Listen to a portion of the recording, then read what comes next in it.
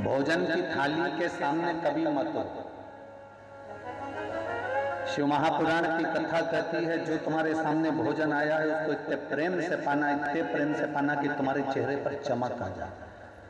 भले तुमको वो भोजन पसंद नहीं आया, भले वो भोजन में स्वाद नहीं है, पर तुम्हारे प्रसन्नता के साथ खाना, क्योंकि जिस प्रसाद को हम पाते हैं, जिस भोजन को हम करते हैं, उस समय पर हम जैसे अपने मन में अनुभव करते हैं, भोजन पहुंचने के बाद हमारी इंद्रियों को उसी तरह का बल प्रदान करता है। इसलिए कभी भी भोजन करते समय, आंसू बहाते समय भोजन ना करें, रोते रोते भोजन ना करें, क्रोध करते करते भोजन ना करें।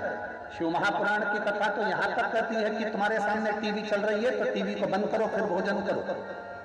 हाँ, अगर टीवी पर कोई सत्संग आ रहा है, कथा आ रही है, गीता जी आ रही है, श्रीमद् भागवत आ रही है, शिव पुराण आ रही है, भजन चल रहा है, तो भले टीवी चालू रखकर भोजन कर लो। पर अगर कोई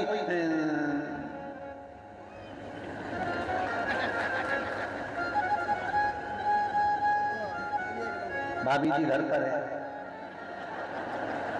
और तुम टीवी चालू कर भोजन कर रहे हो और भोजन करते करते तुम्हारा ध्यान उस टीवी पर बना हुआ है, तो तुम्हारी इंद्रियों के लिए वो श्रेष्ठ नहीं, तुम्हारी इंद्रियों के लिए वो ठीक नहीं। भोजन करो,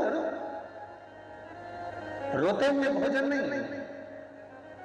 भोजन का बहुत बड़ा प्रमाण है, बहुत बड़ा। कोई हमारे भोजन करते समय हमारे सामने आ जाता है, घर पे आ जाता है। अब घर पर कोई भोजन करते समय आ गया तो तुम्हारे दो मन हो जाते हैं। एक मन से तो तुम कह रहे हो आओ सब भोजन कर लो, और दूसरे मन से सोच रहे हो जाता क्यों नहीं। दो मन, एक मन से तो कह रहे हो कि भोजन कर लो, दूसरे मन से कह रहे हो कि जाता क्यों नहीं है। तो जो सामने बैठा है ना, सोफे पर, पलंग पर, कुर्सी पर, जमीन पर, वो उसके मन में ये प्रश्न खड़ा हो जाता है कि मैं रुकूं कि जाऊं।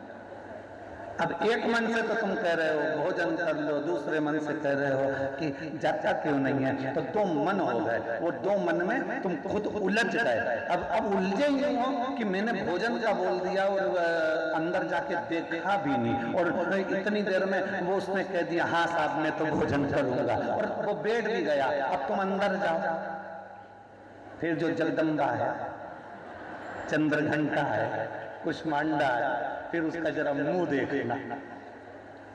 पहले नहीं बोलते, मैं ज्यादा लोगों का भोजन बना देती, इतना सारा बना देती, चार लोग सामने आकर बैठ गए, इनको कहां से कराऊं, रोटी बनाना पड़ेगी, सब्जी बनाना पड़ेगी, ये बनाना पड़ेगा। इतने में पति बोला एक काम कर, मैं अपनी थाली उठा कर लाता हूं, उसमें जो जो रखा है तो वो दे दे। ए देवी थोड़ी देर चुप हो, तेरे हाथ जोड़। अब जो बाहर बैठा है ना वो भी उलझा हुआ है, खाऊं कि नहीं, क्योंकि अंदर जितने हैं ना वो सब खिलाने के पक्ष में नहीं है।